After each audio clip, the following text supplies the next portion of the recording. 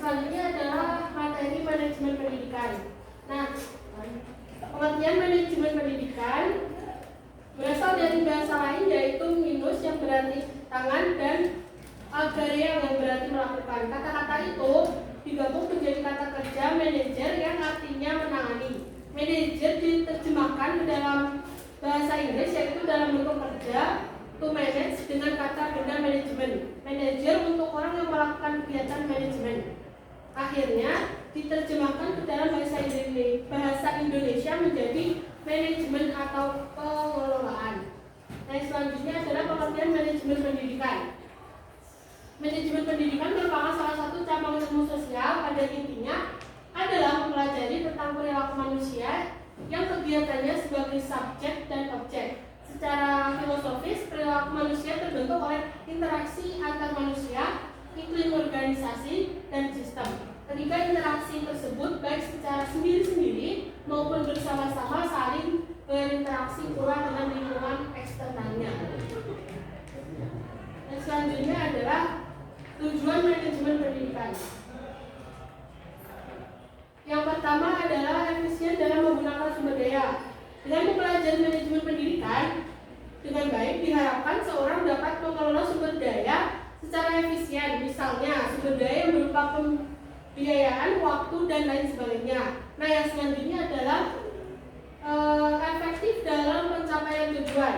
Dengan mempelajari manajemen pendidikan secara berkesinambungan dan secara sungguh-sungguh, diharapkan seseorang dapat mengefektifkan proses dan sumber daya yang dikelola untuk mencapai tujuan dengan optimal. Yang selanjutnya adalah bermuara pada tujuan pendidikan. Tujuan manajemen pendidikan tidak akan lepas dari tujuan pendidikan nasional, yaitu bertujuan untuk mengembangkan kemampuan yang membentuk watak serta peradaban bangsa yang bermartabat dalam peserta didik agar menjadi manusia yang beriman dan bertakwa kepada Tuhan Yang Maha Esa. Yang selanjutnya adalah mendukung kegiatan pendidikan dalam upaya mencapai tujuan pendidikan. Nah, manajemen pendidikan yang mendukung dan memfasilitasi kegiatan pendidikan, baik secara langsung maupun tidak langsung, kegiatan pendidikan yang didukung dengan manajemen pendidikan yang baik akan mendapatkan hasil yang baik sehingga tujuan pendidikan yang ditargetkan dapat tercapai.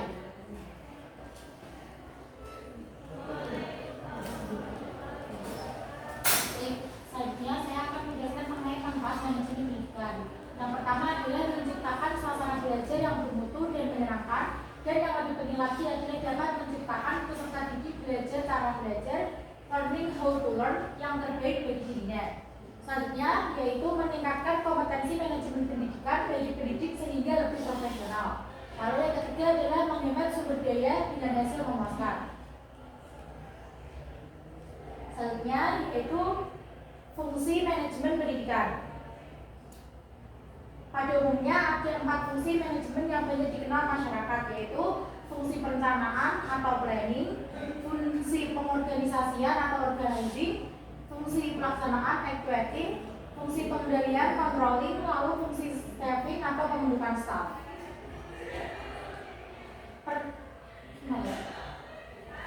Fungsi perencanaan atau planning adalah Perencanaan dilakukan untuk menentukan tujuan perusahaan secara keseluruhan dan cara terbaik untuk memenuhi tujuan itu. Perencanaan juga dapat didefinisikan sebagai proses penyusunan tujuan dan sasaran organisasi serta penyusunan peta kerja yang memperlihatkan cara pencapaian tujuan dan sasaran tersebut. Selanjutnya yaitu fungsi pengorganisasian. Pengorganisasian atau organizing dilakukan dengan tujuan membagi suatu kegiatan besar menjadi kegiatan-kegiatan yang lebih kecil. Pengorganisasian mempermudah manajer dalam melakukan pengawasan dan menentukan orang yang dibutuhkan untuk melakukan tugas yang telah dibagi-bagi. Pengorganisasian adalah proses penghiburan SDM, model dan peralatan dengan cara yang paling efektif untuk mencapai tujuan upaya pemajuan sumber daya. Selanjutnya yaitu pelaksanaan atau equating. Adalah suatu tindakan untuk mengusahakan agar semua anggota kelompok berusaha untuk mencapai sasaran sesuai dengan perencanaan material dan usaha, manajerial dan usaha. Pelaksanaan adalah proses penggerakan orang-orang untuk melakukan kegiatan pencapaian tujuan sehingga terwujud efisiensi proses dan efektivitas hasil kerja. Selanjutnya yang terakhir yaitu pengendalian atau controlling. Adalah suatu aktivitas menilai kinerja berdasarkan standar yang telah dibuat untuk kemudian dibuat perubahan atau perbaikan jika diperlukan. Selanjutnya akan dilanjutkan oleh rekan saya.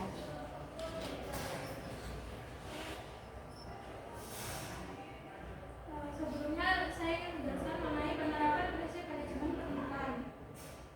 Yang pertama ada 3 faktor kebijakan dan penyelenggaraan pendidikan nasional menggunakan pendekatan educational production function atau input analisis yang tidak konsisten. Yang kedua, penyelenggaraan pendidikan dilakukan secara sentralistik oleh pusat. Yang ketiga, peran serta masyarakat khususnya orang tua dalam penyelenggaraan pendidikan sangat minim. Nah, berikut ini adanya kasus implementasi manajemen sekolah yang dilansir dari berita online Kompas.id dengan headline berita berjudul Sekolah Penggerak didorong tingkatkan capaian belajar siswa. Dalam berita ini dimuat mengenai sekolah penggerak yang berisikan sekolah penggerak merupakan program atau episode ke-7 yang diluncurkan oleh Kementerian Pendidikan dan Kebudayaan pada Februari tahun 2021. Setiap sekolah penggerak tentunya melakukan pengembangan kompetensi kepada sekolah dan guru merupakan hal yang wajib untuk dilakukan. Begitu pula dengan upaya meningkatkan capaian hasil belajar siswa, diperlukan komitmen dari berbagai pihak yang bersangkutan, baik itu dari pengawas, kemudian dari kepala sekolah serta guru, bahkan orang tua. Salah satu tantangan utama yaitu rendahnya kualitas layanan bagi siswa di sekolah. Maka dari itu untuk mengoptimalkan program sekolah penggerak, kepala sekolah dan guru perlu dibekali dengan berbagai macam kompetensi. Salah satunya manajemen pendidikan sekolah yang berfokus utama fokus utamanya pembelajaran berpusat kepada siswa atau student center learning. Langkah pertama yang dilakukan yaitu membangun sumber daya manusia yang unggul untuk memaksimalkan layanan pendidikan kepada peserta didik, yang dimana kepala sekolah serta guru akan diberikan bimbingan berupa sosialisasi maupun pelatihan mengenai sekolah penggerak yang akan diterapkan di sekolah masing-masing, bagaimana cara menyusun dan merencanakan kurikulum serta menentukan pembelajaran selama 1 tahun. Kemajuan sekolah dan ekosistem pendidikan sangat bergantung kepada kepemimpinan di sekolah masing-masing. Maka dari itu, sekolah penggerak ini sangat menyoroti kepada kepemimpinan seorang kepala sekolah. Sekian presentasi dari kelompok pertama mengenai materi konsep dasar manajemen di sekolah dan permasalahannya. Adakah dari teman-teman lain yang ingin bertanya? Dipersilakan. Ada 2 penanya yaitu Mbak Alif dan Mas Alif. Dipersilakan kepada Mas Alif untuk bertanya. Baik, terima kasih atas kesempatannya. Izin selaku moderator. Terus perkenalkan saya Alif Maulana, ini 1 1 1 3 7.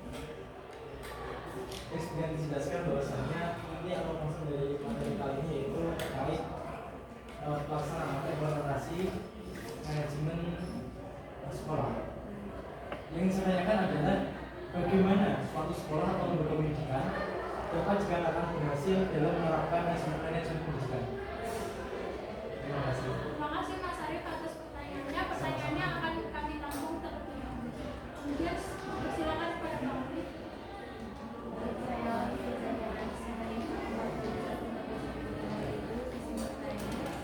Tadi sudah dijelaskan bahwa salah satu tujuan manajemen pendidikan adalah efisiensi dalam menggunakan sumber daya. Nah, maksud dari tujuan tersebut itu apa cara isinya dan sumber daya apa yang digunakan dalam manajemen pendidikan. Terima kasih Pak Arif atas pertanyaannya. Sudah ada jawabannya dari teman-teman. Izinkan kami dari kelompok 1 untuk mendiskusikan jawaban pada pertanyaan diskusi kali ini.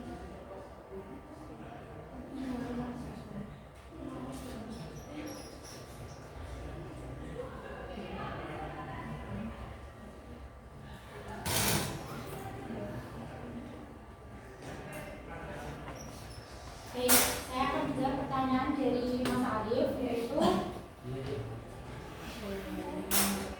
keberhasilan informasi manajemen pendidikan sekolah dapat dilihat dari indikasi-indikasi sebagai berikut.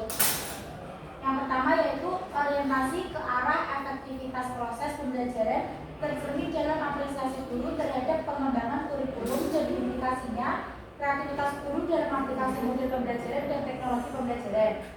Lalu kepemimpinan sekolah yang efektif, kepala sekolah memiliki peran penting dalam merealisasikan MBS, terutama dalam mengkoordinasikan, menggerakkan sumber daya pendidikan yang tersedia dan memadukan dukungan pihak-pihak pemangku kepentingan.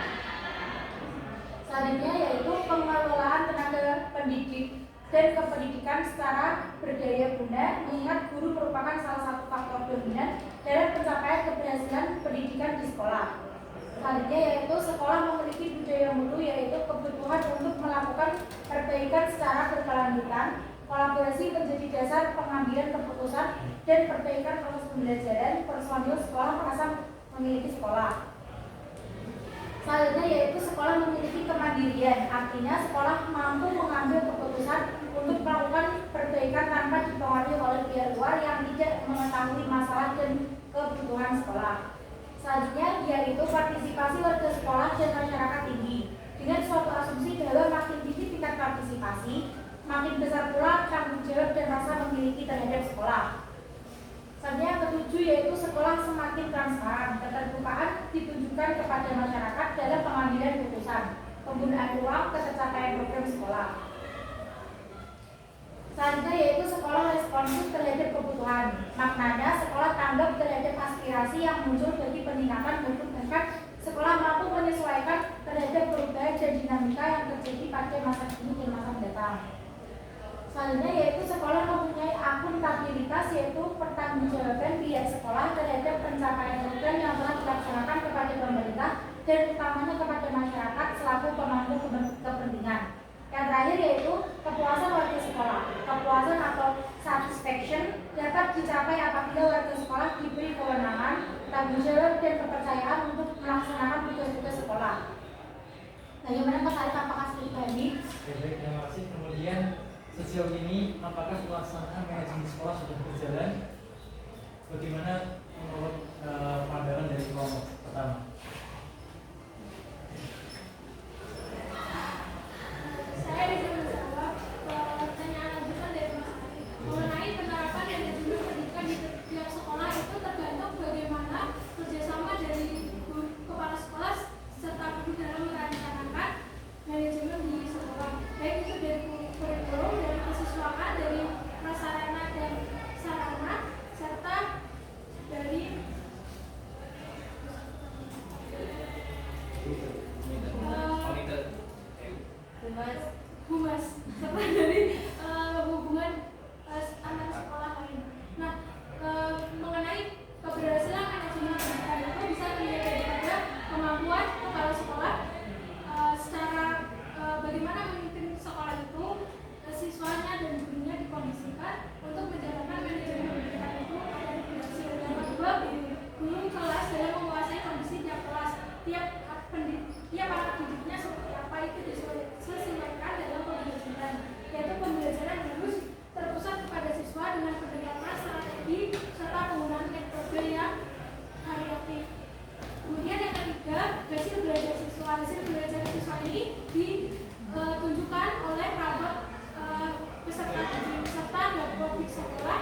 dan juga hasil output berupa berapa banyak siswa dari sekolah dasar tersebut yang diterima di sekolah negeri unggulan maupun sekolah negeri model dan yang lain. Jadi materinya sudah, apakah pelaksanaan manajemen di Indonesia ini sudah berjalan dengan baik? Tadi pertanyaan seperti itu. Tergantung pada tiap sekolah masing-masing. Menurut pandangan dari kelompok satu, Menurut sampai pandangan seberapa dari jauh pelaksanaan pendidikan di Indonesia? Ikan, KTI.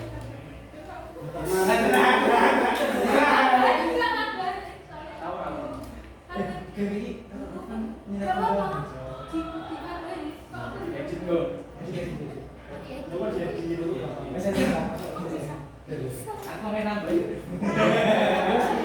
mau nambah. Iya, iya. Nambah. Dari kelompok kita, Jadi kelompok kita dari kelompok kita, sudah berapa persen memang? ya udah dari kelompok kita 7% ini sudah berdasarkan kebutuhan. ini sudah jalan belum sudah berjalan.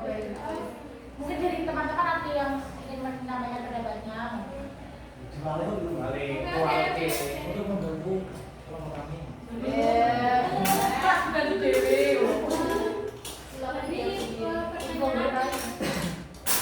Dari pertanyaan Mas Arif,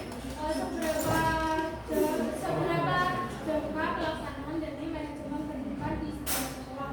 Menurut kelompok kami, manajemen pendidikan di tiap sekolah di Indonesia ini sudah dilaksanakan dan diusahakan dengan baik dengan mengevaluasi setiap tahun pelaksanaan pembelajaran. Nah, adakah dari teman-teman lain yang ingin menambahkan? Dipersilakan kepada Mbak Sintia untuk menambahkan.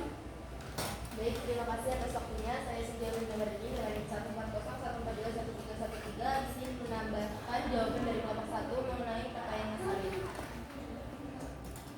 Sebelumnya, tadi ada beberapa kalimat yang bukan kalimat ada beberapa jawaban dari kelompok 1 yang menurut saya kurang pas. Saya mencoba menambahkan untuk manajemen sekolah sendiri, di sekolah itu memang tergantung pada bagaimana kesiapan dari pemangku kebijakan di sekolah dan kemampu kebijakan sekolah yang berkolaborasi dengan masyarakat sekitar. Kemudian tadi kan Mas Arif bertanya apakah dalam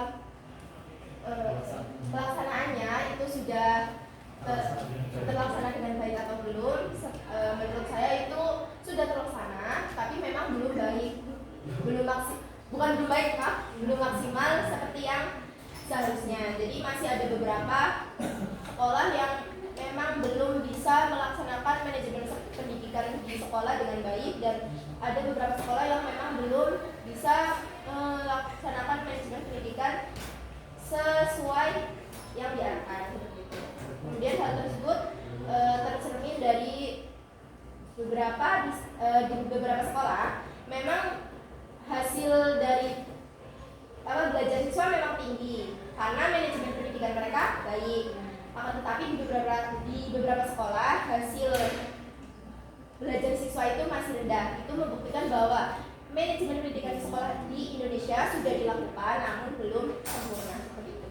Terima kasih Mbak Sintia atas tambahan jawabannya. Dipersilakan kepada Mas Ismo.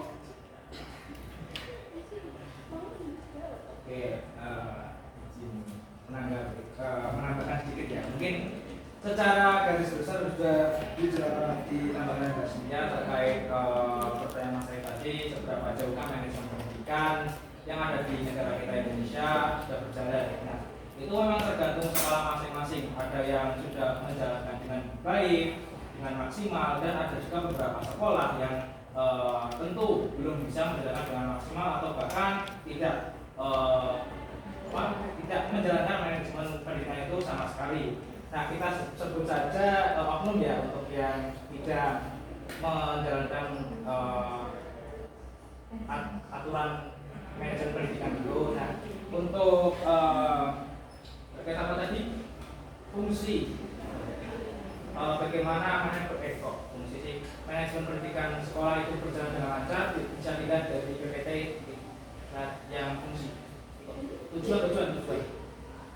Nah, kan bisa dilihat untuk sekolah yang bisa terlihat manajemen pendidikannya sudah sudah tercapai lah tujuannya. Itu bisa dilihat dari efisiensi dalam penggunaan sumber daya mereka, efektivitas dalam pencapaian tujuan mereka, dan juga dari atas di pihak yang berkuasa atau sebenarnya kepala sekolah yang mengkoordinir dan memanage semua kegiatan itu mendukung semua kegiatan baik akademik maupun non akademik dalam upaya mencapai tujuan pendidikan mereka dan juga mereka bermuara pada tujuan pendidikan. Oke, mungkin. Terima kasih kepada Mas Wisnu atas tambahan jawabannya.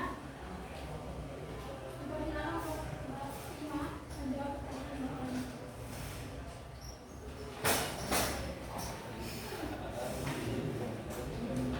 Ingin menjawab pertanyaan dari Mbak Olivia. Pertanyaannya adalah salah satu tujuan manajemen pendidikan ialah efisiensi dalam menggunakan sumber daya. Nah, maksud dari tujuan tersebut itu apa? Sumber daya apa yang digunakan dalam manajemen pendidikan? Nah, salah satu sumber daya yang penting dalam manajemen adalah sumber daya manusia. Sehingga sumber daya manusia ini perlu disadari oleh semua tingkatan manajemen, termasuk juga dalam manajemen pendidikan Islam. Bagaimanapun majunya teknologi saat ini, namun faktor manusia tetap memegang peran penting bagi keberhasilan suatu organisasi. Bahkan dapat dikatakan bahwa manajemen itu pada hakikatnya adalah manajemen sumber daya manusia, atau manajemen sumber daya manusia adalah identik dengan manajemen itu sendiri. Nah, dalam lembaga pendidikan manajemen sumber daya manusia adalah hal yang sangat penting untuk diterapkan. Tanpa manajemen sumber daya manusia, suatu organisasi pada umumnya akan kesulitan dalam mencapai tujuannya. Begitu pula dalam lembaga pendidikan. Manajemen sumber daya manusia merupakan unsur terpenting dalam manajemen karena sumber daya manusia merupakan unsur pertama dalam manajemen sebelum unsur-unsur lainnya. Bagaimana Mbak Olivia? Terima kasih atas partisipasi teman-teman semuanya yang sudah bertanya maupun menanggapi jawaban dari kelompok kami. Maka dari itu sebelum mengakhiri presentasi hari ini, kami akan melakukan diskusi peran mengenai psikologi. Terus bilang semua